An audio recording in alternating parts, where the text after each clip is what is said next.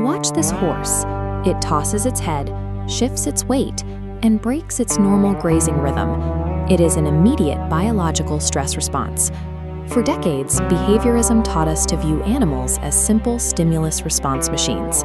But trans-species psychology operates on a different premise. It assumes that mammals share core neurological hardware. Researchers at Sussex University tested this by showing horses photographs of angry human faces. The horses consistently moved their heads to view the angry expressions specifically with their left eye. Because of how mammalian optic nerves cross, visual input from the left eye routes directly to the right hemisphere of the brain, the side specialized for processing threats. When the horses saw anger, their heart rates measurably spiked. Neuroscientist Panksepp identified 7 core emotional systems shared by all mammals. Networks like fear, panic, and rage are hardwired directly into this right hemisphere. We know this internal architecture exists. The problem is accessing it. In a clinical setting, a veterinarian cannot plug into a horse's right hemisphere to see if it is actively experiencing pain.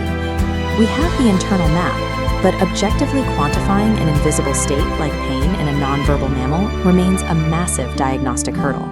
In human psychology, researchers solve this measurement problem using the Facial Action Coding System, or FACS.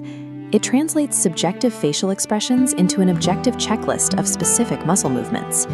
A research team recently translated this entire anatomical framework for horses, creating Equifax. Equifax breaks the equine face into 17 specific action units and 26 action descriptors. Isolating single muscles removes our tendency to anthropomorphize. We no longer guess if the horse is sad. We record a binary data point of whether action unit 17 is active.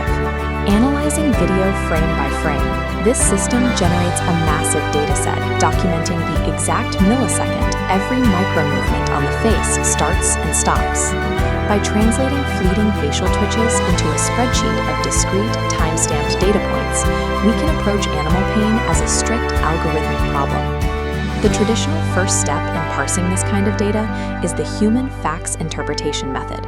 It relies heavily on frequency counting. First, it establishes a frequency threshold. An action unit must make up more than 5% of all recorded pain-related movements just to be considered. Next, it applies a distinctiveness threshold. The movement must occur statistically more often when the horse is in pain than during a baseline no-pain state.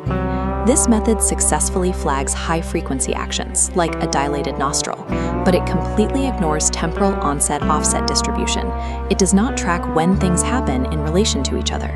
Treating facial twitches as isolated, independent events misrepresents biological reality. Muscles do not fire in a vacuum. Pain is a conjoined expression. To map it accurately, we have to analyze the relationships between multiple muscles firing at the exact same time. To capture those temporal dynamics, researchers developed the co-occurrence method. They build an n-by-n adjacency matrix mapping the pain state, G sub p. Cells populate with edge weights.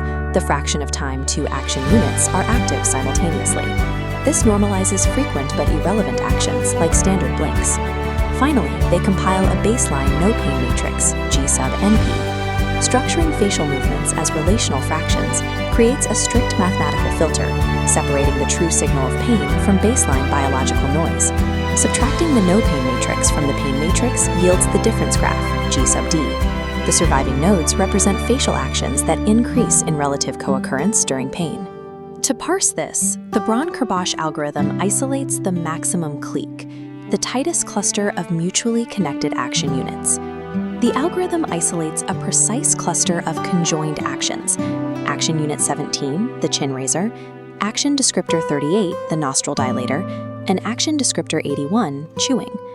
The algorithm also catches hidden variables nearly impossible to see with the naked eye. It flagged action unit 47, the half blink, a reduction in eye-opening firing in under half a second. Graph theory effectively strips away human bias. The equine pain face is a strictly defined, mathematically proven clique of conjoined muscle actions. To test this theoretical graph in the real world, researchers applied a sliding observation window across continuous clinical video footage.